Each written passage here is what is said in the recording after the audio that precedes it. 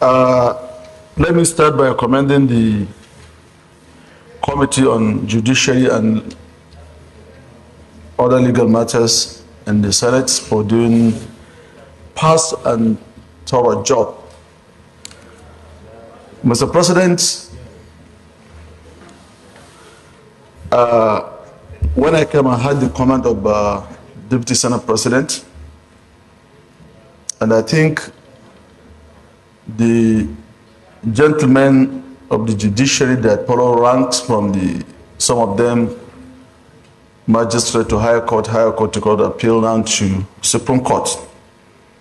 And as we discussed yesterday, Mr. President, in the executive session, that most of, or almost all of them, they had gone under one scrutiny to another,